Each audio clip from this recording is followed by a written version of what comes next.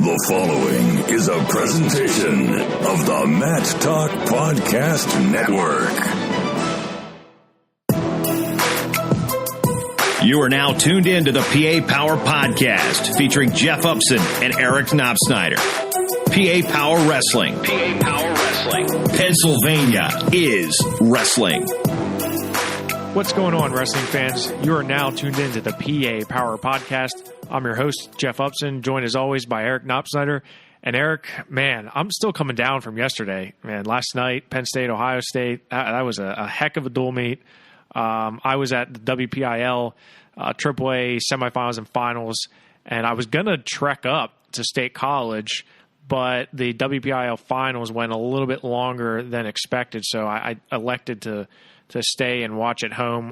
Mark Billett for us went up and took some photos. A great photo he took of Anthony Kazar that's up on the site. But, man, what a match. Yeah, it was incredible. Unfortunately, like you, I wasn't able to make it there. I'd planned on it, but some things popped up at work and had to stay here and take care of some things. So I was only able to catch it on TV as well.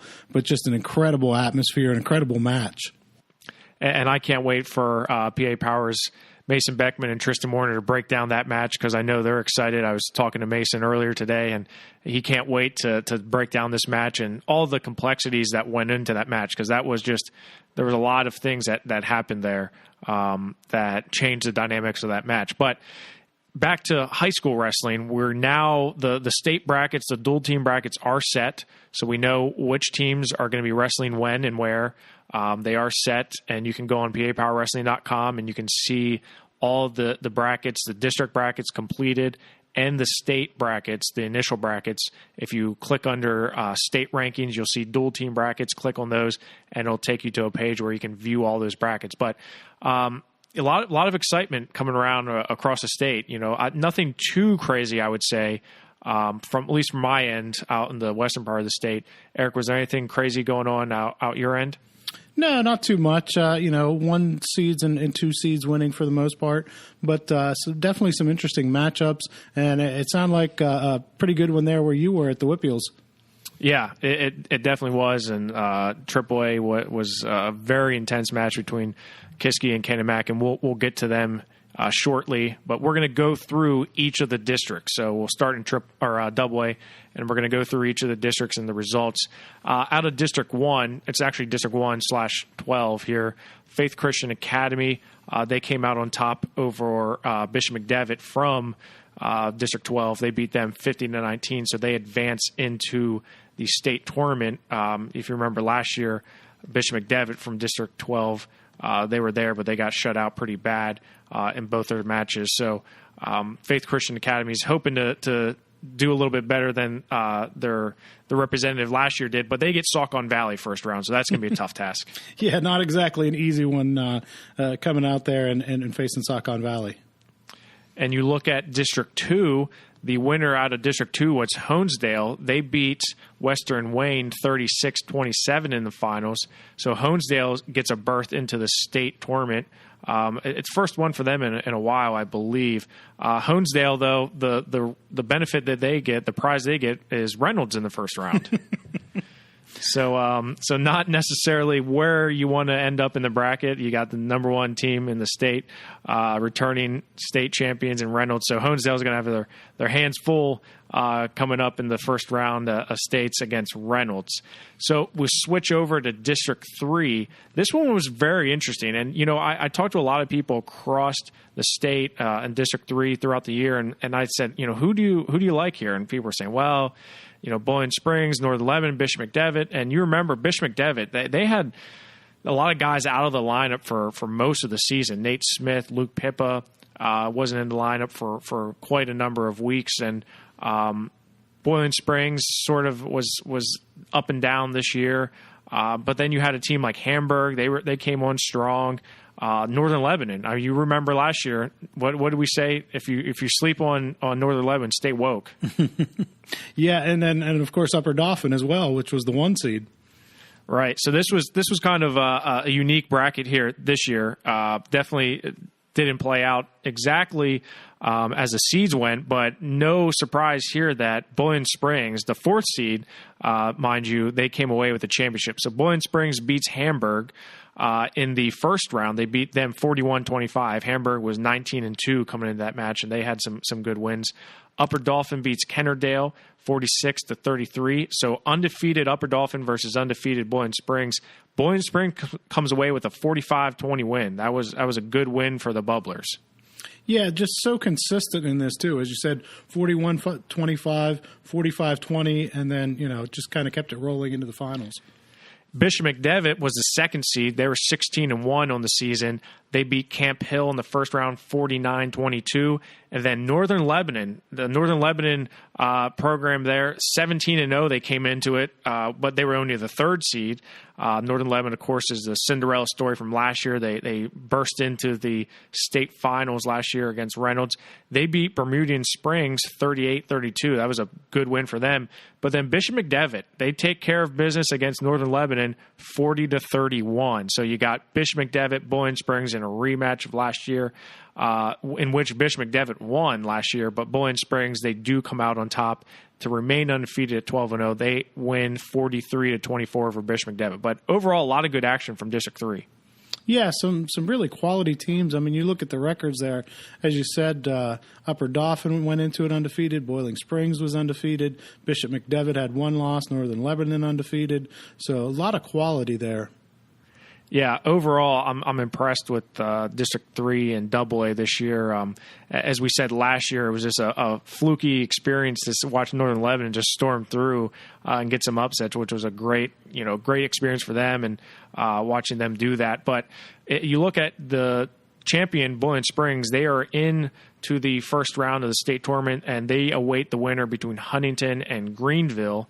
But you look at Bishop McDevitt, on the other hand. Bishop McDevitt has to have a play-in match against Line Mountain at Bishop McDevitt on Monday. So tomorrow they're going to be wrestling Line Mountain for a chance to get into the state tournament in Hershey. But that's going to be a really tough matchup between them, and we'll talk about that when we preview and break down the bracket. Other hand, you got Northern Lebanon. They have to face off with Wilson in the play-in round, and they have to wrestle Wilson, who was the District 11 runner-up, at Nazareth Middle School. So now don't forget, Northern Lebanon had a play-in round last year too to get to the state tournament. So they're no stranger to this feeling. Yeah, I'm not really sure that it's such a bad thing to have that first round match. I mean, you'd love to have that security of going directly to directly to Hershey, but I think you're still, if you're a good team, you have a very good chance of coming through that, as long as you don't have any injuries, anything like that, and doing just fine in Hershey, as you said, as Northern Lebanon showed last year. Yeah, and I agree with you, Eric. I don't think it really holds. I mean, yeah, it's nice to have a few days off after a tough district tournament, but if you're a team that's been grinding all year, it's not that uncommon to be wrestling that close together. And I think I failed to mention, Northern Lebanon did come back to take third against Upper Dauphin. So Upper Dauphin comes in as the top seed, right? Undefeated, 14-0. They leave going 1-2, falling to Boiling Springs. Then Northern Lebanon took third, winning 37-28 over Upper Dauphin. So very, very good matchups out of District 3. I'm excited to see. Maybe we'll see another Cinderella story this year. I'm not sure. Switching gears to District 4, this was a very deep bracket, I would say, for District 4, led by undefeated Southern Columbia. Southern Columbia, of course, we've seen them a number of times this year. Very impressed with the way they wrestle, led by Jarrett Lane. But Southern Columbia, they do come away with the championship title. They beat Muncie for the second time in 2 weeks. They beat Muncie. Southern Columbia does win 30-28. So talk about two teams that are just neck and neck, Muncie and Southern Columbia. Yeah, great. I saw some of the tweets coming out of here, and it sounded like just great action all day long there, with Southern Columbia beating Muncie, as you said, in the finals in a really close one. So and then Line Mountain takes third in the bracket in District 4. Yeah, and Southern Columbia, I mean, they've been high on my list. They've been number 2 for basically the entire season. They took 3rd last year at the state tournament, so that was a good showing for them. They did lose to Northern Lebanon, that crazy match 36-31, but they came back to take 3rd. So Southern Columbia, we said it this year, 2018 could be their year. I like the way that they're wrestling, and as you said, having been battle tested with Muncie, I think it's going to help them. Line Mountain, on the other hand, they had an interesting journey to 3rd. They beat Northeast Bradford, but then they fall to Wyalusing 42-33. Right, so they fall and they drop down to the Concies. They have to beat Warrior Run. They beat them 37-32. Then they beat Montoursville 36-33, and then they get a rematch with Wyalusing for the 3rd place match, and they beat them 48-34. So you lose to them, 42-33, and then all of a sudden you come back and you win it 48-34. Talk about, I mean, I don't know. I didn't really examine the box scores too much, but what the heck happened there that Line Mountain was able to turn that around? Well, you know how it is. Sometimes you get the toss. You can get the matchups that you want and that can really go in your favor, and maybe you get a different result at 1 or 2 weights, and all of a sudden the match, the duel looks completely different. Yeah, and I was talking with Mark Billett last night while he was driving up to State College, and we were talking about the flip and how critical it is to win the coin flip. And Mark said in his 20 plus years of coaching, he said he can probably count 25 matches that he lost just by losing the coin flip. Because of the advantages it gives you. So yeah, I'd be interested to see. I'll have to talk to Chuck Johnson and see if maybe Line Mountain lost the toss in the first match and won it on the second match. But regardless, Line Mountain does come back and they take 3rd. So you got really 3 solid teams from District 4 that are going to be represented at the state tournament. You got Southern Columbia, Muncie, and Line Mountain. And of course, Line Mountain, as we talked about, they're going to have a tough match with Bishop McDevitt in that play-in round on Monday. So tomorrow they're going to be going against Bishop McDevitt at Bishop McDevitt. That I expect to be a really tight match. And if Line Mountain can wrestle like they did the second day of the District 4 tournament, I think they have a chance. Yeah, that should be an interesting one, and we'll see how that is making the trip to Bishop McDevitt, as you said. Now, the other side of that, you got Muncie. Muncie is the runner-up from District 4. They have Brockway, who was the runner-up from District 9. They got them tomorrow at Muncie, so Muncie's got a home match against Brockway. The winner there gets Burrell. So I've had this conversation with a lot of people.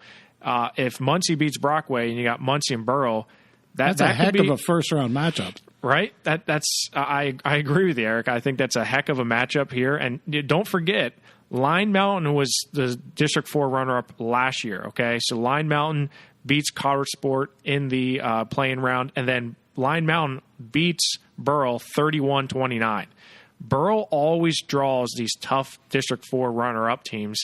I do expect Muncie to get past Brockway, and I'm expecting a Burrell-Muncie match to come down to the wire. I mean, Burrell they kind of sit in that awkward position where they always get the really tough District 4 runner-up. And I don't know, Eric. It's going to be fun. Yeah, and with Burrell, I'm never quite sure what lineup they're going to have.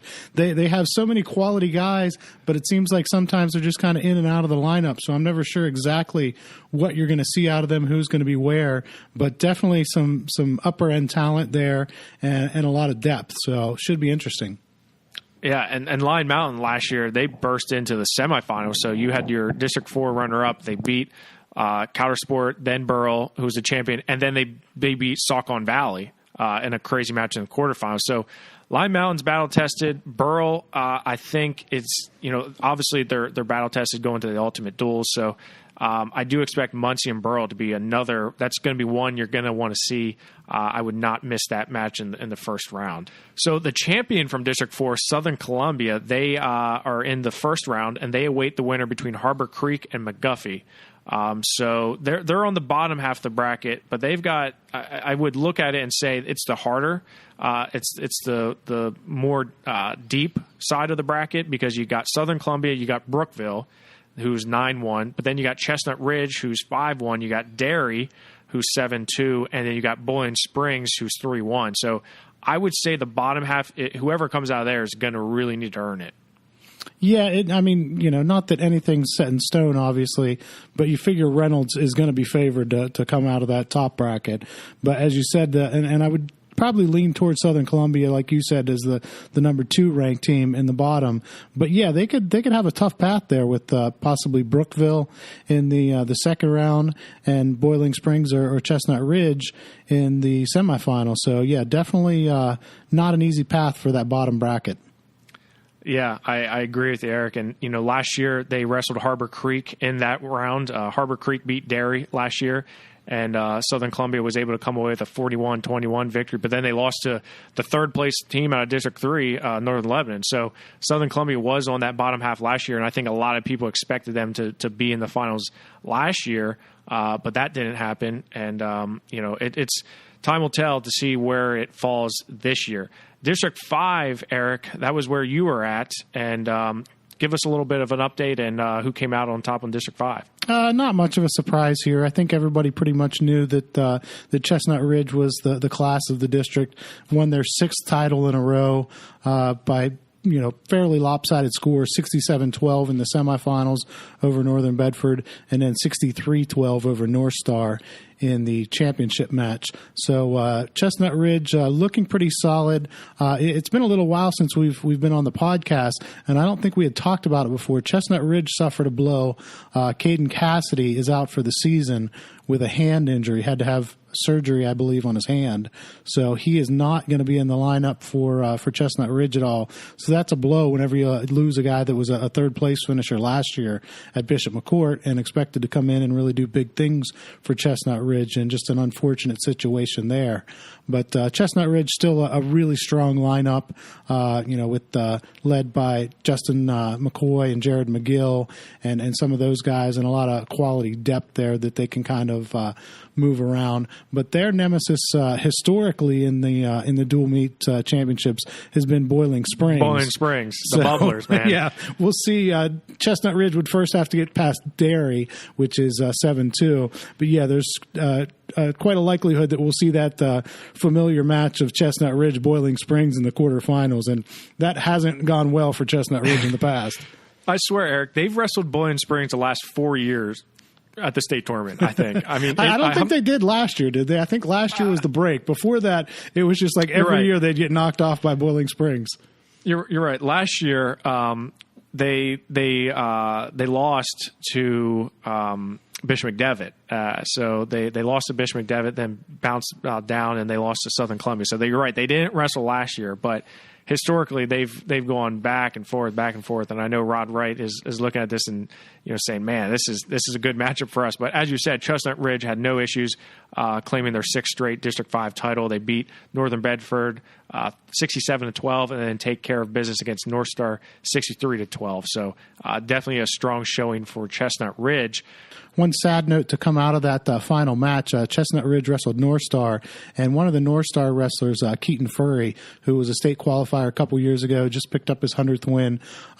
He from what I understand, a couple of people told me he didn't look quite right in this match, and afterwards he ended up going to the hospital and was rushed to Pittsburgh and underwent surgery this morning for some kind of a head issue. I was originally told a brain tumor. Not exactly sure if that's accurate at this point, but our thoughts and prayers go out to Keaton and hope for a speedy recovery for him. Yeah, absolutely, Eric, and I echo that from everyone at PA Power. Definitely thoughts and prayers with Keaton. This is a guy we've had the chance to talk to the last few years at our media day, and always a good kid to talk to. He's very excited about the sport of wrestling, and really enjoyed talking to him in the North Star program. So definitely keep us updated on that, Eric. I will do that. The initial reports sound pretty good coming out of it, so we'll keep our fingers crossed, and hopefully everything comes out all right for Keaton. Well, we look at District 6, and Eric, this was a little bit surprising for me, at least. Huntington was the top seed. Westmont Hilltop was the 2nd seed. And in this match, Huntington was able to get into the finals by way of a 52-18 victory over Bishop McCourt in the semifinals. Bishop McCourt, by the way, they had a good showing. They beat Mount Union 34-31 and then West Branch 35-33. So a good showing by Bishop McCourt. But Westmont Hilltop, man, they storm into the finals. They beat Central Cambria 54-18, then take care of Forest Hills 38-28. And then they take care of business against Huntington, the top seed, 36-33. That had to have been a little bit surprising. It was, and honestly, you look at that and you say 36-33, wow, it was a heck of a match. It really wasn't. Westmont dominated it. They forfeited the final 3 weight classes to make it look that close. Now, to be fair, Huntington, that was their strong point. It was in the upper weights that Westmont forfeited. You expect Huntington to win those matches anyway, but I'm not sure they're going to get 6 out of all of them or necessarily even win all 3. But Westmont really wrestled well in this. They kind of got healthy for the first time. They've had a guy or two out of the lineup. Finally, everybody back to full strength, and not a ton of top end talent at Westmont Hilltop. There's nobody there that you look at and you say this kid's definitely going to be in the state finals. He's definitely going to be on the podium. But they have a lot of regional qualifier, possibly state qualifier types that makes for a really solid dual meet team. They still have Derek Christie, correct me if I'm wrong, They do. Right? Yeah, I'm not saying, and he's definitely a guy that, he placed last year and is certainly a guy that could place this year. But, you don't have that 1 or 2 guys that really jump out at you and say, he's definitely going to be, a high on the podium guy. So it's interesting. And as you mentioned, I know probably nobody from Bishop McCourt or Westmont wants to hear this, but man, you got to think, man, if they had kept that co-op together instead of splitting it up, and you have that Westmont team that already wins a District 6 title, and you have Anthony Walters, Carnell Andrews, and Josiah Jones on there as well, where you do have that top end talent that is going to be high on the podium, they'd be a pretty dangerous team. But that's water under the bridge, I guess. The co-op fell apart and went their separate ways. But still a very solid showing by Westmont Hilltop, and we'll get to see how they do because, as you said, they will end up with a first round match. They're already to Hershey, and they'll get either Bishop McDevitt or Line Mountain. So nothing easy for the Hilltoppers there in the first round. Yeah, you got to be careful talking about that co-op there, Eric. You may end up getting death threats here. So, I hope they're over it by now. I haven't gotten any hate mail for a while, so I don't think so, Eric. I think you better still be careful. As soon as you said that, I'm starting to cringe over here. I'm like, oh, don't bring it up, Eric. Don't do it. But yeah, I agree with you. If I'm Westmont, I'm thinking, man, that's not a good draw in the bracket because, as you said, you have Bishop McDevitt and Line Mountain. The winner of that, I think, beats Westmont. Just my personal opinion. I think both those teams are just have a little bit more power to them. But then, say you do win that match, you get Reynolds. So you're definitely not in a position where you're, Huntington's in a better position. I think Huntington's got Greenville at Huntington on Monday night, and then the winner there would face Boiling Springs. So, yeah, I mean, I definitely agree with you, Eric. Westmont had a good showing in the District 6 finals and the tournament overall. So I'm curious to see how they do, and maybe they'll continue to surprise me. Yeah, it's definitely not an easy road, though. But, you're not going to get many easy roads in Hershey. No, that's for sure. Unless you're drawing the District 12 team there, that is an easy one, unfortunately. You look at District 7. So District 7 is highlighted by Burrell. Burrell wins their 12th consecutive WPIAA title in a row. 12. Can you believe that? These kids that are seniors right now, Burrell has won it every year since they started first grade. Yes. I mean, is that not insane to you? I mean, that's kind of mind blowing to me. Well, and you could sort of understand it if it was a smaller district. You only have a couple teams in it. But this like Chestnut Ridge, right? And that's nothing. That's not taking anything away from what Chestnut Ridge is doing. It's impressive the run that they're having. But to do this in the WPIAA is just incredible. I agree with Eric, and it's kind of. I mean, I don't know if I'd take it for granted, but man, this is it's always, we always say in the beginning of the year, all right, well, who's going to knock off Burrell? And they just keep on winning. They keep on doing what they do. So Burrell, they get into the finals by beating McGuffey 42-25. And then they faced Derry. Derry defeated Freedom in the semifinals, 36-27 in a good match there. Freedom was actually the second seed and Derry was a third. And then Burrell takes care of business against Derry 50-23 to win their 12th consecutive WPIAA title. So they did it, pretty much dominating fashion. They weren't tested really by any of these matches. No, I think 17 points against McGuffey looks like the closest margin of victory for them. So not close at all. And yeah, as you said, 50-23 over a pretty solid Derry team. Derry, they've got a solid kid at just about every weight class. So to put up 50 on them says a lot about Burrell. And, if the previous 11 championships hadn't, but yeah, just right. a really good effort out of Burrell. Yeah, and as you said, Derry, they're no slouches, right? They're beating a pretty solid Derry team. As you said, kind of has a good guide, almost in every weight class, is not a ton of holes. What's interesting here is McGuffey comes back and takes third. They beat Freedom, the second seed. McGuffey beats them 44-31 to earn a trip to the state tournament. So I was impressed with the way McGuffey wrestled coming back from Burrell and actually giving them the closest match of the tournament, 42-25. So McGuffey, team that has been in AAA for many years, and they've been back down to AA for the last few. I can't remember how many exactly, but McGuffey is showing that they are on the right path. So we talked about Burrell and where they fall in the bracket. They await the winner between Muncie and Brockway, which I believe is going to be Muncie, barring any crazy happenings. But that's a tough matchup. Burrell, Muncie. Muncie's, they're solid. Then both these teams were at the King of the Mountain tournament.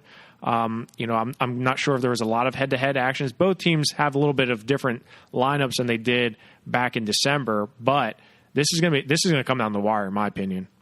Well, I haven't seen Muncie in person at all, but anytime you're going toe-to-toe with Southern Columbia like that, that's an awfully good team.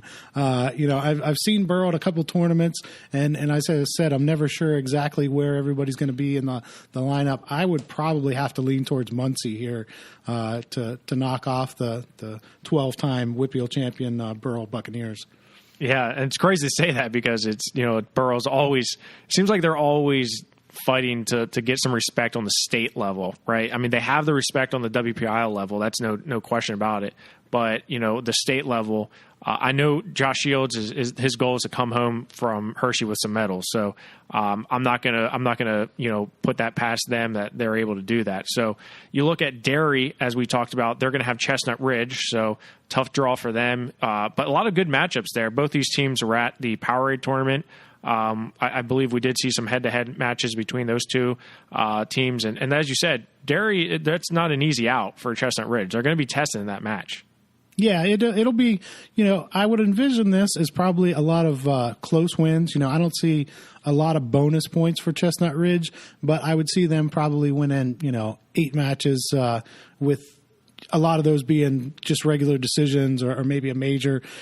Some of the top guys like a McCoy obviously expect to put up bonus points, but for the most part, I'd be looking for a lot of close decisions here, 3-4 points, something like that. Yeah, I agree with you, Eric. And you look at McGuffey, where they're at in the bracket. McGuffey is going to travel up to Harbor Creek on Monday to wrestle the District 10 runner-ups, and that's going to be a tough match for them. Harbor Creek, I think, is sneaky good. They're sort of low-key on the radar, but Harbor Creek, I think, will advance into the state tournament at Hershey. But overall, definitely some good matchups for the WPIAL.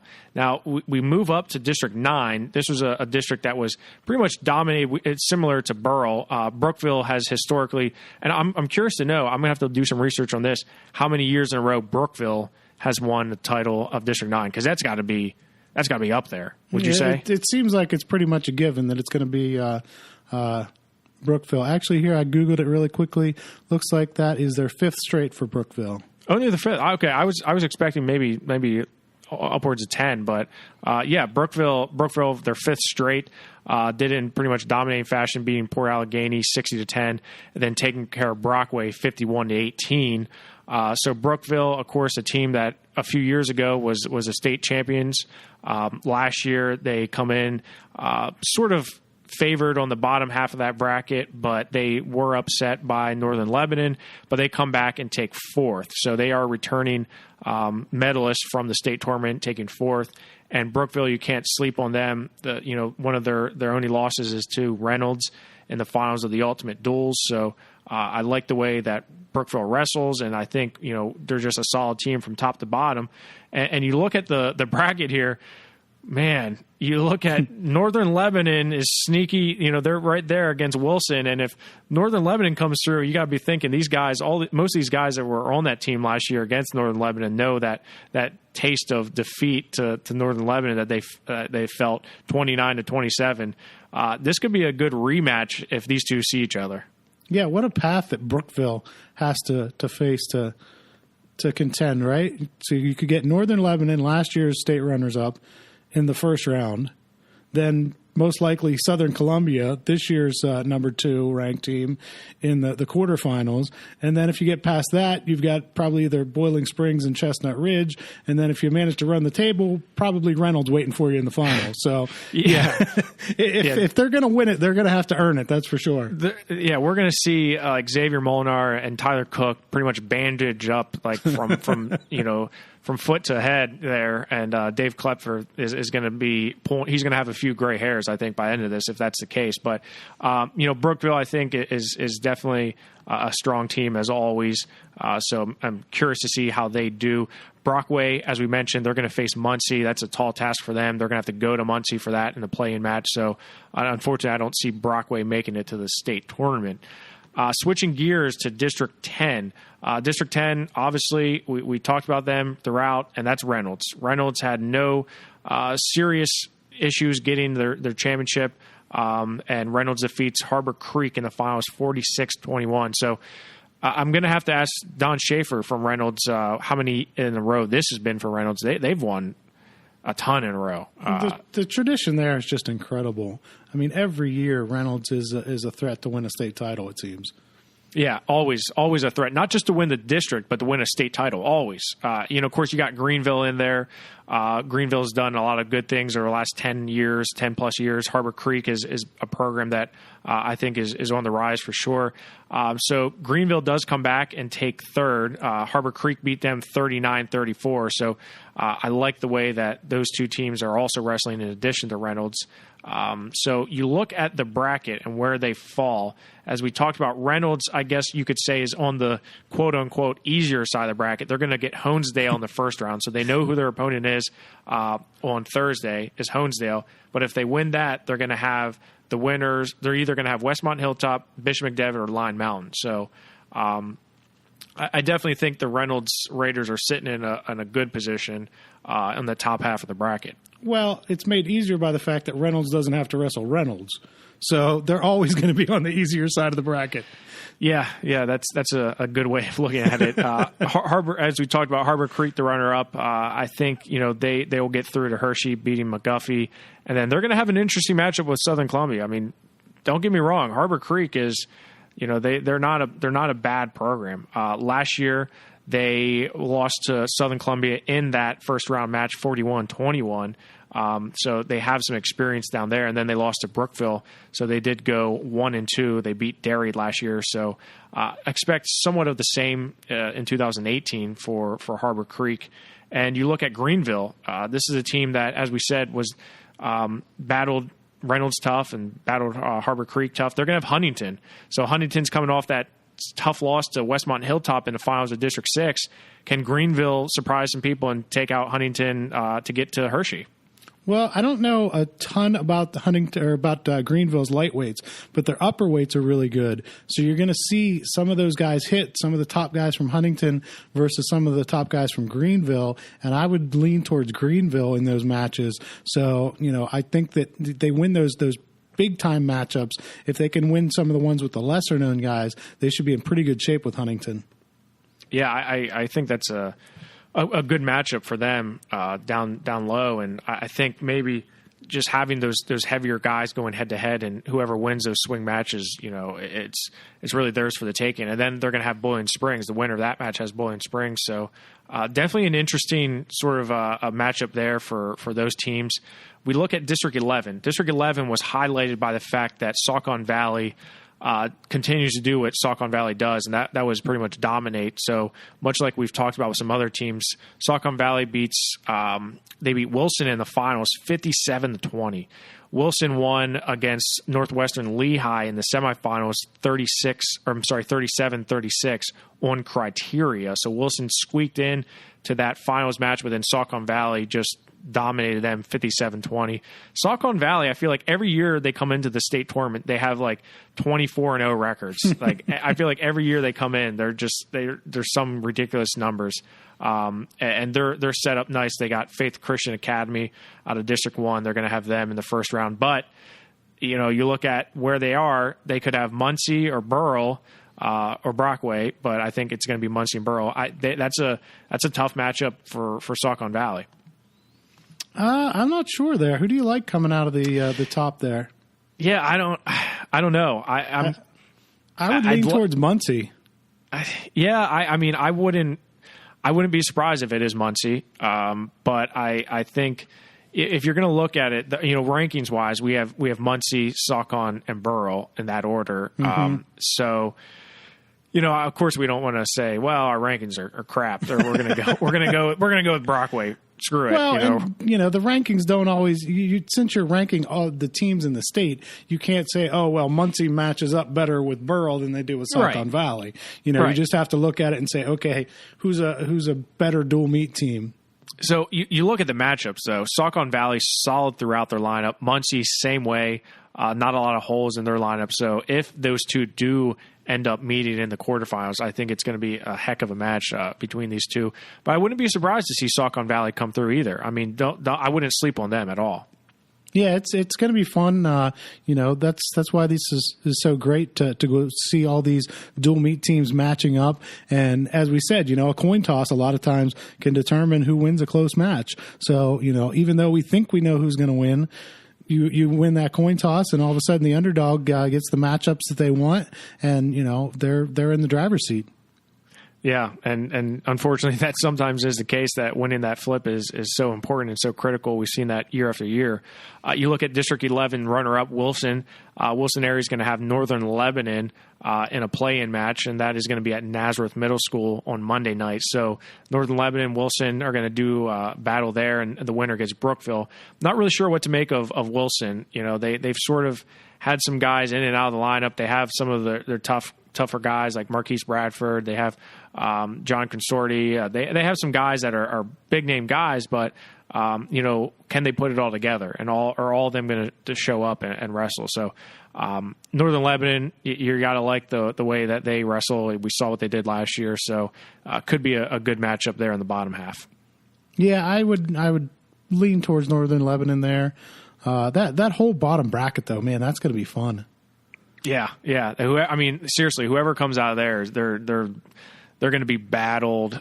They're going to be just tore up. They're going to be tore up. So those are the districts dual meets or dual brackets that we went over there. So we know where they all set on the bracket. So let's get into some predictions here, Eric. So let's talk about the top half first. So I'm going to talk to you about what my bracket looks like, because I already filled out my bracket about a little bit before we started doing this podcast here. So I'm going to tell you what I have. I have Muncie coming through against Brockway, Muncie beating Burrell, Muncie beating Saucon Valley, Reynolds beating Muncie.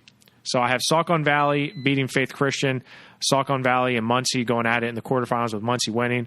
I have Bishop McDevitt beating Line Mountain, then Bishop McDevitt beating Westmont Hilltop. I also have Reynolds coming out from Honesdale, then Reynolds beating Bishop McDevitt, and Reynolds beating Muncie, and Reynolds eventually winning the championship. So that's my top half. My semifinals, Muncie and Reynolds. Quarterfinals, Muncie and Saucon Valley, and Bishop McDevitt and Reynolds on the top half.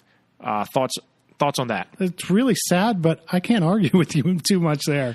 Come on. I'm not sure about the Bishop McDevitt Line Mountain one. I'm not sure how that one plays out. But, either way, I think whoever wins that one probably takes out Westmont. And I've got Reynolds going to the final and having Muncie in the semifinal. So there's, unfortunately, as much as I'd like to argue with you, Jeff, I think that's probably pretty close to the way it's going to go. I think the biggest ones are the Muncie and Burrell match. That's huge. I think I would not come back here in a week and say, man, I'm really surprised Muncie, lost to Burrell. I would not say that, because I think Burrell is definitely trying to get that monkey off their back to win that first round match. And I wouldn't be surprised to see Saucon Valley coming out into the semifinals. So, that top quadrant is sort of, tough to gauge. The bottom half of that quadrant, you look at Reynolds is obviously the favorite there, but it all depends on who comes out of that Bishop McDevitt Line Mountain match.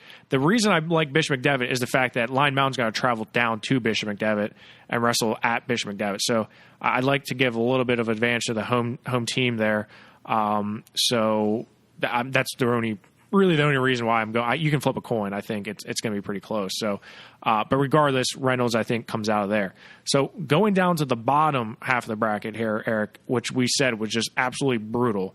So I have Huntington beating Greenville. Okay, so that may surprise you. Huntington beating Greenville.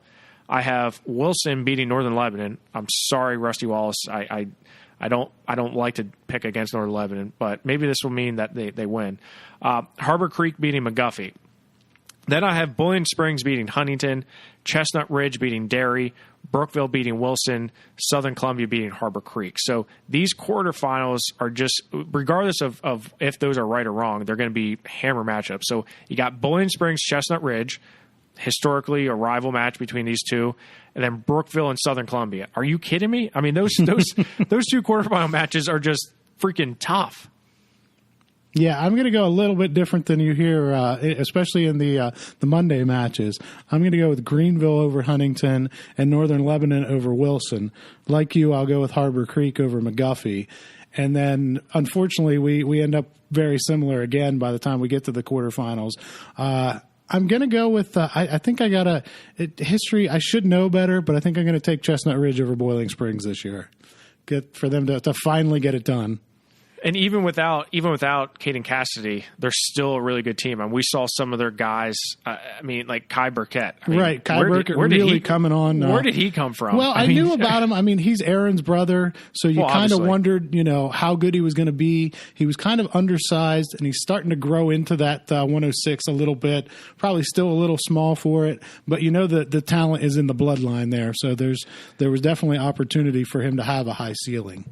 Yeah, and that Thomas tournament that he had was really impressive. I saw him wrestle at King of Mountain. I made a note and I said, looks undersized. Mm-hmm. I mean, he just looked small, kind of like Aaron was when he was a freshman. So, but yeah, I mean, you look at Chestnut Ridge, they're just solid top to bottom. I mean, some of their guys that aren't necessarily the big name guys are just, they battle tough. But Boiling Springs, you can't count out the bubblers and Coach Rod Wright. I mean, that's going to be a fun one. So on the bottom half, Southern Columbia, Brookville, I think is another really key match. That was a third place match last year. So these two wrestled last year for third and fourth. But then who do you like in the semifinals? I mean, if you have Chestnut Ridge and Southern Columbia, yes, and I got to go with Southern Columbia. I've just been, I look at that lineup and it's just so tough top to bottom.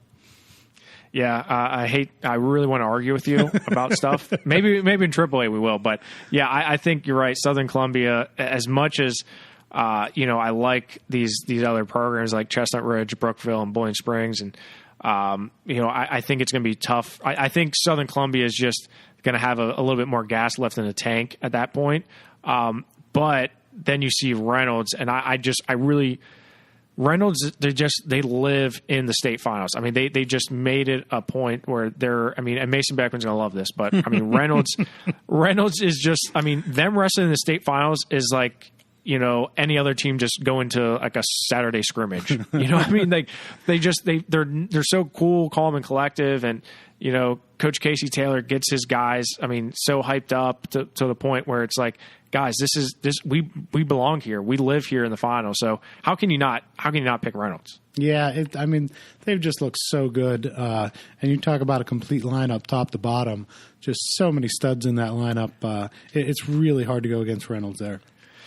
Now, Eric, on the consolation bracket, this is where things are like super goofy. The way that things play out and where the bracketing turns out, because some you do cross bracketing, some you don't, and I have it. So I have the round 3 consies. I have Brookville and Boiling Springs, Derry, and Saucon Valley. I have Brookville beating Boiling Springs, Saucon Valley beating Derry, and then so I have Brookville and Muncie going at it, with Brookville beating Muncie, Chestnut Ridge and Saucon Valley, with Chestnut Ridge beating Saucon Valley, and then Brookville beating Chestnut Ridge. So I have Brookville 3rd, Chestnut Ridge 4th. I got to be honest, I didn't fill out the consolation, so I'm just I figured you don't even care about the winners. You don't care it's all about the winners, and Jeff. And the hard part is it's really hard to judge how kids are going to react whenever they've had those state title dreams and they drop down into that consolation round. Can they bounce back and get their head right? It's one thing in an individual tournament, but it's a different animal, I think, in a dual meet tournament where, does everybody kind of have that malaise where it's like, well, we lost, we're not going to get our ultimate goal, or can you get them turned around right away mentally and say, hey, let's go back and let's take third here. So it is kind of difficult to gauge. A matchup that might have happened in the championship round might be different than one in the consolation round. Yeah, and that's part of the reason why I picked Brookville, because you look at Brookville last year, they lose and drop down to the consies, and they wrestle 4 straight matches to get to the third place match. They beat Harbor Creek 39-17, Saucon Valley 31-30, and then they beat Sagertown 37-31. Then they topped Bishop McDevitt 37-33. So they, at that point, were like, hey, we're going to win 4 straight matches to get to the third place match where they took 4th. So, you look at a team like Brookville, clearly they're able to do it. And as you said, how those guys bounce back from a sometimes tough defeat is really sort of the determining factor. But so that's why I went with Brookville taking 3rd. All right. I can buy that. You can buy that? You're gonna, man, Eric, you're normally just all, just down my throat, no, You're wrong. So let's switch gears now to AAA. So we have everything in the book basically for AA. So let's move up to AAA, and we'll start out at District 1. And this was a kind of a goofy way that it played out here, but Council Rock South does come away with the championship title, but they beat Springford in the finals. They beat them 46-20. Now Springford was the 3rd seed. Everyone had Downtown West pretty much penciled in to go to the finals here, but Springford defeats Downtown West 39-22 in the semifinals to set up that showdown with Council Rock South. So Council Rock South, for the umpteenth time, wins District 1. Yeah, Council Rock South, another great showing there in District 1, and no surprise to see them come out with another title. So Downtown West does come back to take 3rd. They beat Boyertown 42-24. So your top 4 finishers are Council Rock South, Springford, Downtown West, and then Boyertown. So the top 4 teams out of District 1 all qualify for the state tournament. Only one of those schools, 2 of those schools actually make it to Hershey already. That's the top 2 teams. So that semifinals match was a huge deal for Downtown West. So Council Rock South is the top team. They're going to wrestle Canyon Mac in the first round. That's an interesting one, huh? Ooh, boy, nice and juicy. Man, well, let's not lick our chops just yet. We'll talk about that in a minute. So they're going to have Canyon Mac. Downtown West is going to have Archbishop Ryan, the District 12 runner-up. So that's a match I think they win pretty handily. And then Springford is already at, and that Downtown West match is a play-in match that's at Archbishop Ryan. Springford's going to have Cedar Cliff in the first round. Cedar Cliff is a team that won the District 3 tournament, so that's an interesting matchup there.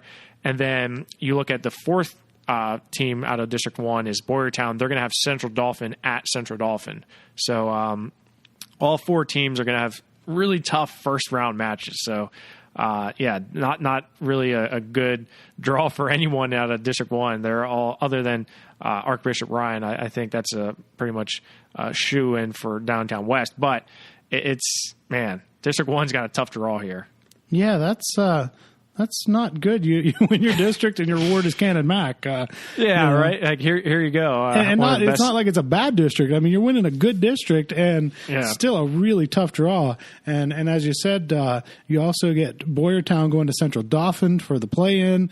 That's not easy. Springford with Cedar Cliff. So really, really tough draws for District 1. Yeah, I kind of feel bad. I mean, I feel bad for District 1 right now a little bit. Well, and the sad part about it is, at least initially, the third place team gets the easiest draw, but then if they win that, they get Becca High, so not that easy. Not that easy. Not enough that you're going to tank it to take third on purpose, for sure. Right. I'd much rather be in Springford or Council Rock South, because you're going to battle those Cedar Cliff and Cannon Mac. You're going to battle those teams pretty tough. But you may get through Archbishop Ryan without issues, but then Becca's just going to do what Becca does. So District 2, Delaware Valley is your champion. They beat Coughlin. They beat Coughlin in the finals 40-22. So Delaware Valley advances into the state tournament. And they advance, and they're going to be facing Cumberland Valley in the first round of the state tournament. So you got Delaware Valley, Cumberland Valley. Should be a good matchup. So District 3, which I was very critical in District 3 this year, because the seedings for this, they do their power rankings. I think that's what they're called, the district power rankings. Not the PA power rankings. Not the PA power rankings, right? Because we would have got it right, but they completely screwed them up. I mean, just totally botched this one. I mean, it was just bad. They had Manheim Central as the top seed. You had Spring Grove as the second seed. You had Central Dauphin as the third seed, and then you had your Cedar Cliff as the fourth seed. So definitely, and you look at it, and you have Cumberland Valley and Chambersburg in the first round. Number 11 seeded Cumberland Valley. Yeah. Like how does that happen? Like I mean, like no human looks at that and is like, yeah, man, these turned out great. I mean, like, come on. Like you got to do better. Like we deserve to do a better job for these wrestlers. So regardless, I mean, those seedings aside, you're going to see some screwy. Look at the District 3 bracket and just let that sink in, because this match, all these matches were insane. So the first round, Dallastown beats Northern York 37-30. That was a battle of two state ranked teams.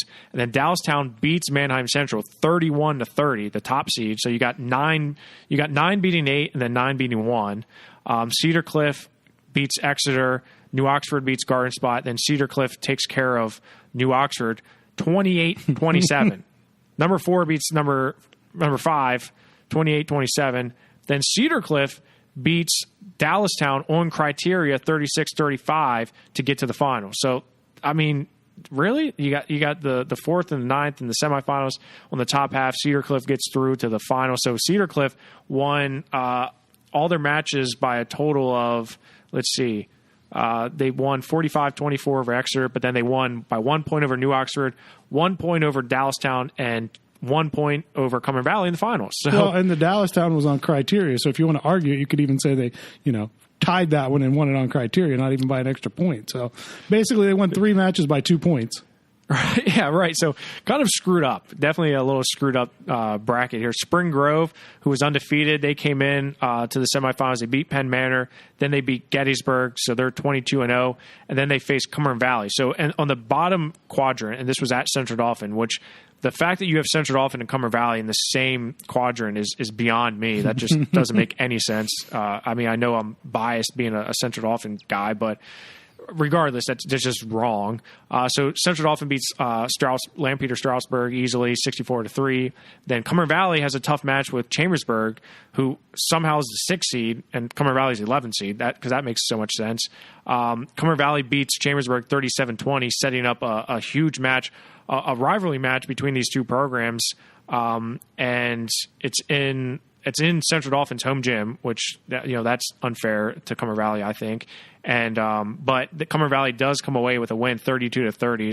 Some interesting results from that match coming out of there. But Cumber Valley does beat Central Dauphin 32-30, and then they handle Spring Grove 36-32 to hand Spring Grove their first loss of the season. So kind of a screwy way. You got 11 versus number 4 in the finals here. Well, and by these standards, that was a blowout. Cumberland Valley winning by 4 points over Spring Grove. It's like, man, can you keep it close like the others? Yeah, no, I'm serious. That was pretty cool. In the consolation round, Spring Grove beats New Oxford. Central Dauphin beats a really tough Dallastown team. They beat Dallastown 32-25, and then they take care of Spring Grove. It wasn't that close. It was 40-25. So Central Dauphin is your third place team. Spring Grove is your fourth. So reactions from District 3, Eric? Yeah, they should let you do the rankings first of all, because your first seeded team went 1-2. Yeah, right. Your second seeded team placed 4th. Yeah, right. And your 11th right. seeded team was in the finals. Yeah. So, yeah, that was just. I mean, that's embarrassing. Like, I'm a District 3 guy. I wrestled in District 3, spent a lot of time in District 3, but it's just not good. Obviously, when there are as many close matches as there are, some of these could have gone a different way, and if they wrestle them 45 minutes later, they may very well go a different way. But when your top seed goes 1-2, that doesn't look good, and your 11 seed is in the finals. You obviously had something somewhere along the line not quite right. So you look at where these guys fall in the bracket. So Cedar Cliff, and this is a sort of District 1 way that they looked at this, because they're all pretty much tough matches. Cedar Cliff's going to have Springford. I like Cedar Cliff in that match, but I wouldn't put it past. Cedar Cliff is going to be without, I think one of their wrestlers at least wrestled in the District 3 finals with a torn ACL. So I don't think he's going to be wrestling in that match. So Cedar Cliff could be banged up for that match. Cumber Valley actually gets the best draw in the first round. They're going to have Delaware Valley. Like I said, I think Cumber Valley wins there, but they're going to have Becca in the quarterfinals. So that's no good. Not ideal. Not ideal. Not an ideal situation. Central Dauphin is going to have Boyertown at CD, and I do think Central Dauphin will come away with a victory there, especially the fact that Boyertown's got to travel to the mid part of the state to compete there.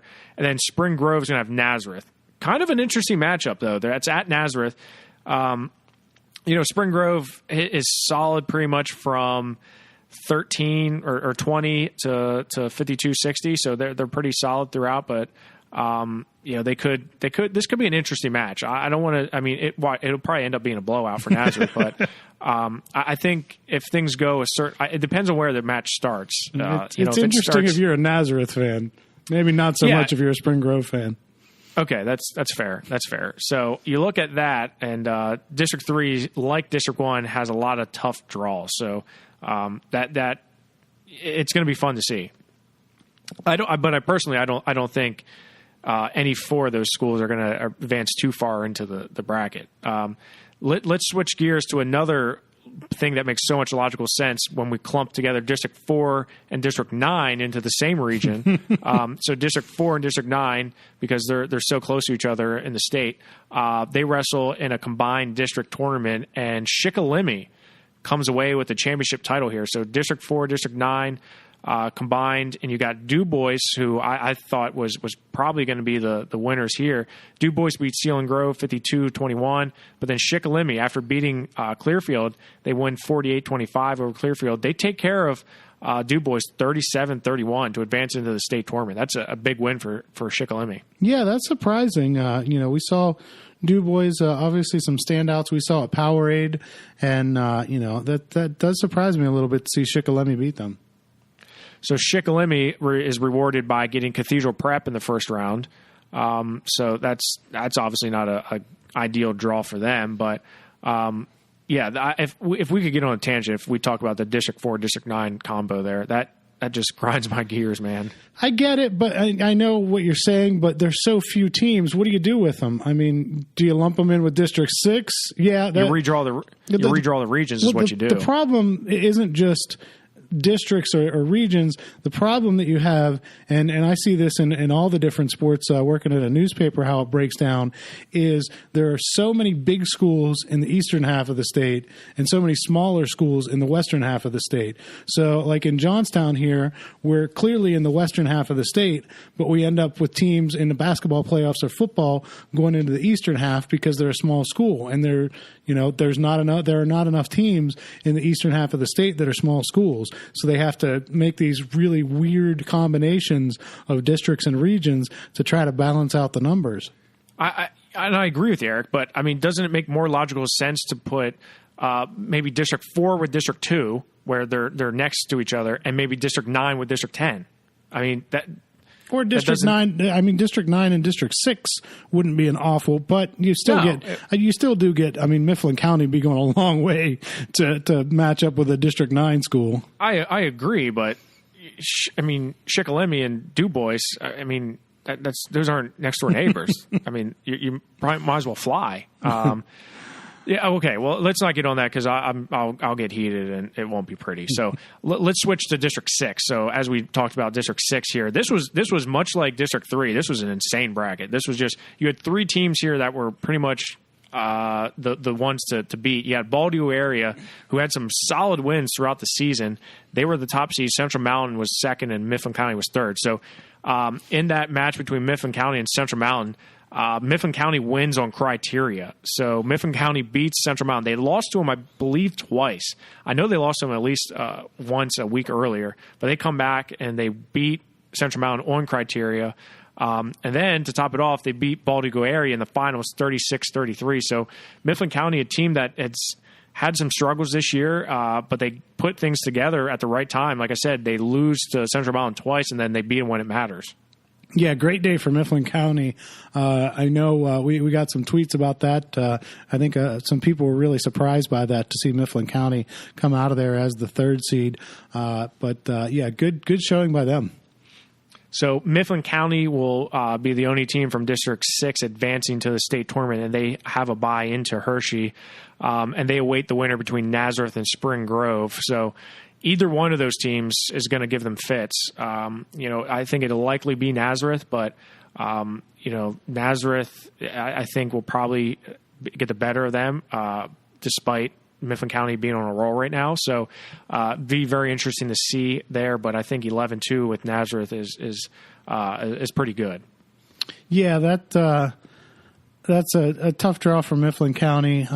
They've made a really nice run to get to Hershey, but I'm not sure that it's going to go well there in the first round. So moving to the WPIAL, and this is where I was at over the weekend, and Kiski area comes away with the championship. They're second in a row. They defeat Cannon Mac in a wild match, 33-24. This match had everything. I mean, you had fans on the mat, you had refs being threatened, you had a guy taken off in a stretcher. It was not. It was an interesting dynamic of the match. It was probably at least a 2.5 hour match too, it seemed like, because of the injury, but and we'll talk about that. But in the semifinals, Cannon Mac defeats Seneca Valley, which, let's talk about Seneca Valley here for a second. They lose to Hempfield, but Hempfield, it's revealed that Hempfield wrestled with an ineligible wrestler. So, and this was kind of crazy, because I talked to the Seneca Valley coaching staff, and they were like, they didn't find out until the day after, or 2 days after, I believe. So that Wednesday night, they go out and they're splurging. They're eating. They're like, man, hey, we had a good run. I know. Drowning their sorrows in the Sunday bar. Right. Because you're eliminated from team competition at that point, right? Because if you don't make it to the semifinals, you don't get to wrestle back. And Seneca Valley's out eating and, thinking about individuals and all that stuff. And then all of a sudden they get a text saying, you guys are wrestling on Saturday. And they're like, what? So they had guys overweight. They had guys, talk about a mental roller coaster that is, especially for those seniors and guys that are like, man, this was our last chance. Everyone was talking about Seneca Valley. But ends up happening is Hempfield had a wrestler that did compete who was ineligible. Head coach Vince DiAugustine was unaware of this. Administration comes back and says, yeah, he was not eligible. So they do the right thing and they contacted WPIAL. So they forfeit that match, which makes it a victory. So instead, they're taking away 3 points and giving Seneca Valley 6. So they end up winning 37-25 after the flip of that ineligible wrestler. And that's a hard match to really, you come down to the wire, it comes down to a 1 point match, and all of a sudden you lose it. And now you're wrestling in the semifinals. That's tough. And facing a very good Cannon McMillan team. Right. And Seneca Valley did battle Canaan-Mac tough, but things just didn't go their way. Canaan-Mac comes out 47-17, so beat them by 20 to get into the finals. On the bottom half, Waynesburg wrestled Kiski, and Kiski, of course, is a team that their only loss this season is to Canaan-Mac. That was earlier this year, and Isaac Reed was in the match, Colin Murray was in the match, Sammy Starr was in the match. But you look at Kiski took care of business against Waynesburg, beating them 39-26, and as is customary, we saw some forfeits down the road towards the end of that match. And then in the finals, Kiski beats Canaan-Mac 33-24, and this was a wild match, and things did not go Kiski's way early. And if you go on PA Power Wrestling and you click on the article of the Kiski area, you'll see an interview I did with head coach Chris Heater. But they're used to being in these kind of matches, and it showed because they kept their composure throughout the match. But the big news here was at 160, Nick Delp gets a fall over Skylar Adams, but it was double bars. And as he's sitting him over, it looks like Skylar Adams' collarbone broke. And there was a lot of yelling, controversy towards the ref between, should you have stopped it? And, you had parents running out and saying, are you kidding me? Like, my kid just, he was screaming. I was right next to the match taking photos and he was not in an ideal position. He'd not look on, and they're worried about his neck because after he was done, because the ref wasn't, it happened in seconds, but the ref calls a pin, and then the kid, Skylar Adams, is laying there like holding his neck, and it did not look good, so they quick stabilize it. And, it looked like to me his collarbone, and I haven't gotten any updates yet. I'm still waiting to hear some updates on how Skylar Adams is doing for Canaan-Mac, but it looked like his collarbone broke or did something because it was all the way up in his neck area. So that wasn't good. So that takes, that's about a 30 to 40 minute break there because they had to call the ambulance. They had to come in, put him on the stretcher and take him out and start the match back up. So, Kiski area gets a big fall from Nick Delp to put 6 points on the board and get bonus points. And then, it's like everyone's quiet. The gym's quiet. You got parents yelling. You got fans yelling. It's... Yeah, definitely a deflating feeling when that happens on both sides. You hate to see that anytime there's a serious injury like that. It's tough to get back into the mindset and say, hey, let's get going and, finish this out. Yeah, and then they only had four matches left. They had 70, 82, 95, and 220. And Kiski area does, in the final match at 220, Danny Starr comes away with a fall over Tanner Rohaley to win it, to cap that championship title. So it was a roller coaster sort of experience of a match for Kiski area. But they do win. Canaan-Mac is the runner-up. And Seneca Valley, the team that wasn't even supposed to be in the semifinals, they defeat Waynesburg 39-31 to advance to Hershey. Are you kidding me? And honestly, in some respects, I feel bad for Hempfield because, they got to be sitting there saying, man, that could have been us. Yeah, right. You look at, Hempfield beats Seneca Valley. They're probably not getting past Canaan-Mac, but they drop down. Can they beat Waynesburg? I would say they match up pretty well with them. So, Seneca Valley, hats off to them. Their guys came out to compete, despite having that sort of setback. But Seneca Valley's taken advantage of that situation, and they earned a trip to Hershey. So I lied. They don't have a bye into Hershey. They have to wrestle Carrick on Monday night. So they're moving on to Hershey. Yeah, sorry, Carrick, but they're moving on to Hershey most likely, pending an earthquake. So Seneca Valley is set up super nice on this bracket. You couldn't have asked for a better draw for them.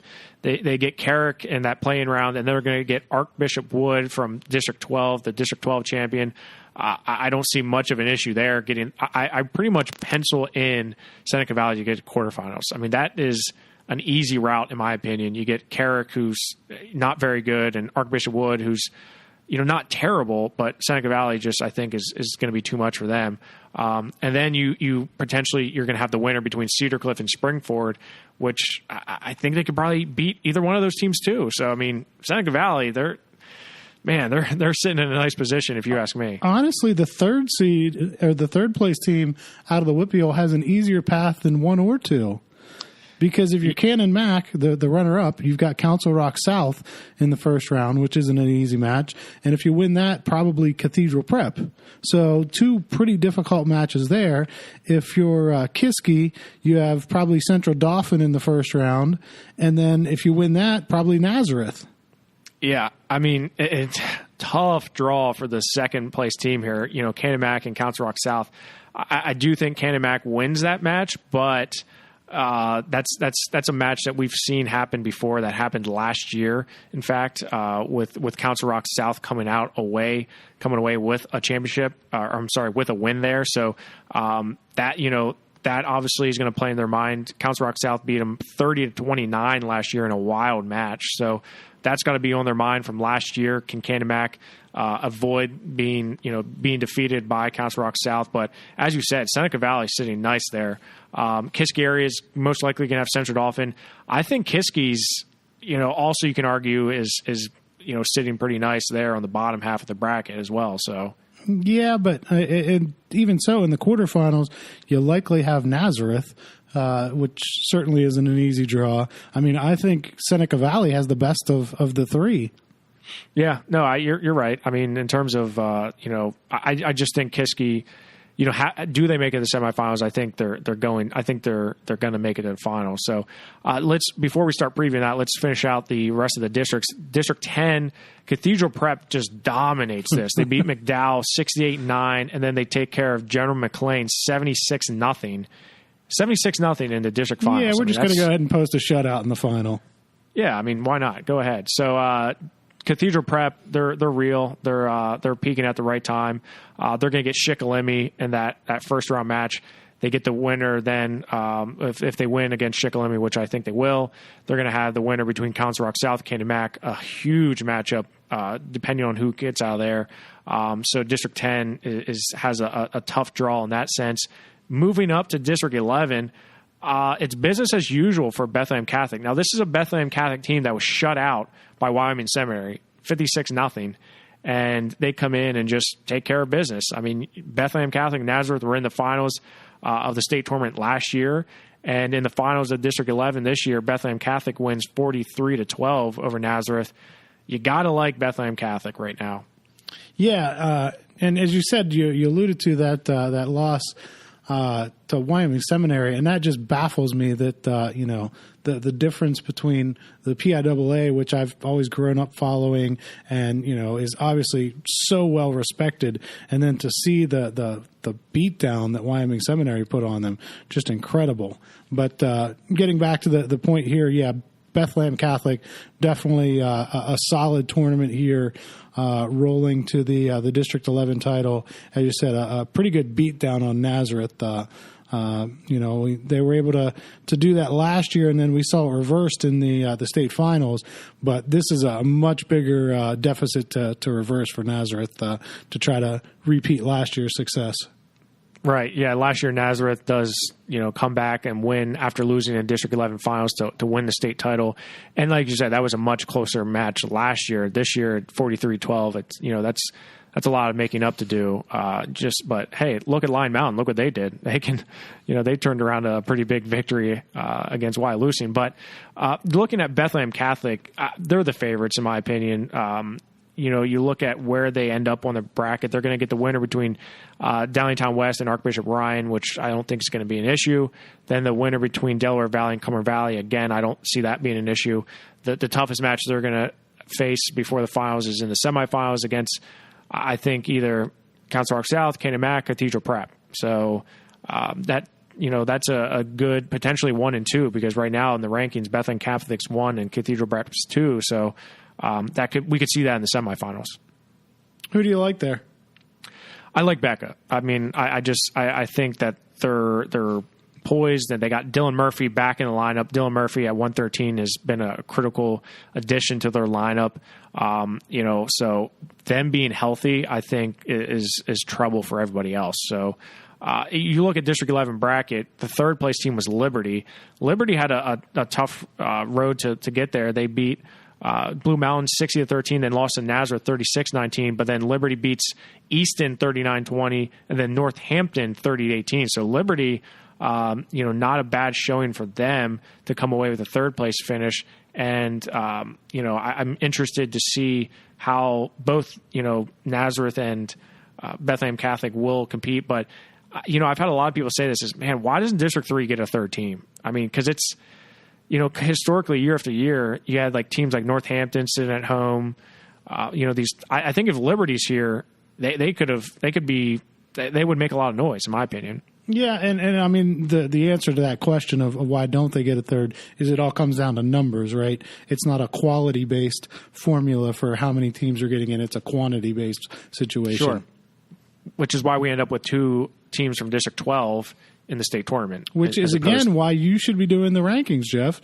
We'll put you in charge. You can say, okay, these teams get in. Sorry, District 12, we'll bring your champ, but, not your runner-up. I'm sorry. I'm sorry. I'm not sorry. In today's world, today's society, it's just baffles me that. Well, regardless, you're gonna get me fired up again, Eric. So Liberty's at home, despite being one of the top teams in the state. They're at home. Archbishop Ryan is there, so that's cool. Let's go ahead and look at the state bracket overall. And as I said, and I don't want to skip over District 12. District 12 was highlighted by Archbishop Wood beating Archbishop Ryan in the finals there. So both those teams are into the state tournament. Archbishop Wood's going to get the winner between Carrick and Seneca Valley, so they're going to get Seneca Valley. And, as we talked about, that's a good draw for Seneca Valley. So on the top, I have Cannon Mac beating Council Rock South in a rematch of last year. Eric, what do you think about that? I'll go opposite you and go with Council Rock South. I think that one's going to be very close. As you said, Cannon McMillan probably going to be without Skylar Adams. So I'll go with Council Rock South. Yeah, I mean, that's not you're obviously not going to be wrong in that sense, but Skylar Adams isn't going to play that much of a factor. No, you're right, but it does affect the depth a little bit. Sure. Yeah, no, it 100% does. I just think Cannon Mac's, Council Rock South, they're tough, but I think Cannon Mac's just got a little bit more power to them with some of their guys and the flexibility that some of those guys have to bump around. I mean, we saw Garrett Nyhouse yesterday. He was up at 182. He wrestled at 182 yesterday and got a fall. So, I mean, that's, I don't know if you do that again, but regardless, I think Cathedral Prep beats Shikellamy. So I got Cannon Mac and Cathedral Prep in the quarterfinals. On the bottom half of that top half, that was really confusing, by the way.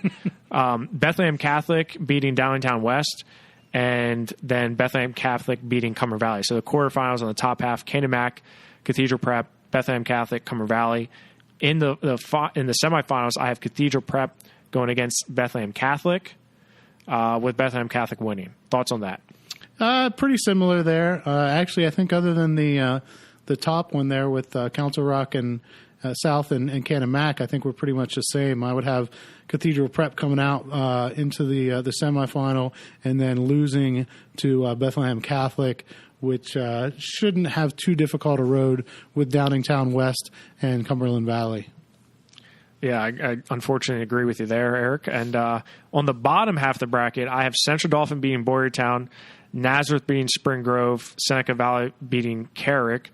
And then I have Kiski area beating Central Dauphin, Nazareth beating Mifflin County, Seneca Valley beating Archbishop Wood, and Cedar Cliff beating Springford. Thoughts on that? Awfully similar there. Yeah, unfortunately, not a whole lot I can disagree with. Okay. Well, I think the Central Dauphin Boyertown is probably the best of those Monday matches, but I still like Central Dauphin there. I like Nazareth and Seneca Valley. We already talked about should win that one pretty easily with Carrick. So I have coming out of the quarterfinals. I have Kiski area beating Nazareth, and I have Seneca Valley beating Cedar Cliff. So I have Kiski area and Seneca Valley in the semifinals, the number 1 and number 3 teams out of District 7, with Bethlehem Catholic beating Kiski in the finals. So I have Bethlehem Catholic and Kiski in the finals, with Bethlehem Catholic winning. I think your whippeal bias is showing there, Jeff. Really? Is it? I mean, I agree. Unfortunately, I agree with you. I think it's Kiski. Eric, if my whippeal bias had played a factor in this, I would have Cannon Mac getting to the semifinals over Cathedral Prep. You get 3 of the 4 in there, or 3 of the 3. Yeah. Which isn't. I mean, trust me, that could happen. I mean, that's not that far fetched, in reality. But I really do think Kiski area and Seneca Valley. Now they're just going to give Kiski fits. They are. They absolutely are. But I can see Kiski area, the way they wrestled last couple days and throughout the season. They just gotten so much better with Isaac Reed back in the lineup. Last year they lost to Bethlehem Catholic 38-18 in the quarterfinals, and they came back to take third. So they've been to Hershey before. These guys have experienced that atmosphere. So I do like Kiski area coming into the finals, but I just think Bethlehem Catholic's too much. I'm going to go with an all District 11 again. I'm going to just trust in Nazareth to kind of work that magic again and get back to it. Take out Kiski and then Seneca Valley. I mean, it's not that crazy to say, Eric. I mean, you're not going out on a limb there saying that, because Nazareth's got some of the best guys in the state, with Sammy Sasso leading that charge. But Andrew Siniglia, who has not been in the lineup the entire season, just came back in over the weekend. So he is inserted at 132. You got Sean Pearson as well. Andrew Smith at 113 is wrestling really tough. So Nathan Stefanik is wrestling hard as well. So these guys are really solid throughout, from 106 all the way up. So, it's not crazy to think that Nazareth could end up back in the finals again this year. It's certainly not an easy road. As you said, Kiski area, probably the biggest obstacle there. And then, if you want to look for a dark horse, can you find a way for Seneca Valley to win that semifinal match and get to the final? I can't see them getting past Kiski or Nazareth, but I think being a team that was last week, they were eliminated from the WPIAA tournament to being in the semifinals of the state tournament. That'd be the ultimate Cinderella story. Seriously, that would be. So on the consolations, and I know you don't care about consolations apparently, so I'll tell you where I have. In the round 3 conties, I have Cedar Cliff versus Nazareth, Cumber Valley versus Cannon Mac. So I have Cumber Valley beating Central Dauphin. I have Cedar Cliff beating Council Rock South, and I have Cannon Mac beating Springford. I have Nazareth beating Cedar Cliff and Cannon Mac beating Cumber Valley. So in the round, the consolation semifinals, I have Nazareth versus Cathedral Prep, Seneca Valley versus Cannon Mac. I have Cathedral Prep beating Nazareth, Cannon Mac beating Seneca Valley, with Cathedral Prep taking third. Thoughts on that, Eric? So you're ending up with a rematch of Cathedral Prep and Cannon Mac in the third place match. Correct. I know how the rankings go, but is Cathedral Prep the second best team in the bracket? I think it's a tough one between them and Kiski. I think those two match up well, where their strong guys are. You got, 220 and heavyweight, both Kiski and Cathedral Prep have strong wrestlers there. And, the difference is down low, 106 to 120. It's got some toss-up matches between those two programs. I think if you win those matches, I think you pretty much set yourself up nicely for a championship, for a win there. So I don't know. I think it's a tough between 2 and 3 between those two. And I don't know. I think Cathedral Prep I think they're just going to finish third. Okay. All right, I'm just interested if they're the second best team. Yeah, if they were in the bottom half of the bracket, would you be taking them to get to the final? I'd have to do it on paper a few more times, but because I don't have Cathedral Prep and Kiski meeting, I've done it a couple weeks ago. I've done the matchups, but Kiski's a different team now with some of the guys in it. Colin Murray did not look. He did not impress me yesterday, so that's a guy who I thought probably would have changed the dynamics of the match. But a guy like Keyshawn Higgins from Cathedral Prep is wrestling tough right now. So, I think it all depends on matchups, but I would still probably take Cathedral Prep. They are the number 2 team in the state right now. So I can't go that much against my rankings. I mean, what do you think this is, District 3? Manheim, number 1 team in the state. Yeah, right. Yeah, exactly. Why not? I mean, just put them in there. So, yeah, that formula needs to be reevaluated big time. But so overall, if you look at it, I got Becca 1, Kiski 2, Cathedral Prep 3, and Cannon Mac 4. So 2 teams from the WPIL, 1 team from District 11, 1 team from District 10. So I'm spreading the love around a little bit. Yeah, none for District 3. Did it sting a little bit to take Cumberland Valley over Central Dauphin in the consolation round there? It always does. It always does. Trust me. It pains me to. I mean, Tristan Warner will be texting me and be like, "Hey, we beat Central Dauphin, haha," and that ticks me off. Yeah, I mean, obviously, there's no such thing as an impartial person here. We're all fans. We all have personal attachments, and Central Dauphin is a program that is part of the reason who I am today is a lot of from Central Dauphin wrestling. So I mean, clearly I want that program and head coach Jeff Swigert to do well, and even Brandon Bucher as well. I just want them to do well, but I'm going to stick with the fact that Cumberland Valley beat Central Dauphin twice this year. So I would be a homer if I said they wouldn't win. It was close though. It was close. No, absolutely. It was, both matches were close. So, but I'm going to show the Cumberland Valley Eagles respect. So as much as it pains me, I'm going to show them respect. So, but apparently I'm WPIL biased now. So you got a lot of biases. Apparently. So I guess if I'm biased towards, you hate everybody and you love everybody. So that shows you're doing a pretty good job. They balance themselves out, right? Yes. I think so. It's kind of like our relationship, Eric. It's a love-hate relationship. I love you and you hate me? No. Well, no, that's not true. That's not true. No, we get along well, Jeff. Come on. Yeah, fun. We have great fun. We're going to have a lot of fun these next couple of weeks here. So definitely looking forward to the PIAA State Dual Team Tournament coming up. As we said, matches are going to take place on Monday in that preliminary round. Those play-in matches, there's going to be 4 matches in each of those classes. And then you're going to have the first round starting on Thursday, February 8th. So it's a 3-day tournament. You got Thursday, Friday, and then Saturday your finals. And then Saturday they're going to kick you right out because the Hershey Bears are going to be playing. So forget about sticking around and taking pictures. You got to go. And then we're going to be going up to Iowa, Penn State. So we're going to have a ton of coverage for you coming at you from PA Power Wrestling. War Up is going to be returned on Monday, so Greg Warnock and I are going to have Chris Heater and Josh Shields on the show, and then Mason Beckman and Tristan Warner on the PA Power College podcast are going to dissect that Penn State-Ohio State match, so stay tuned for that.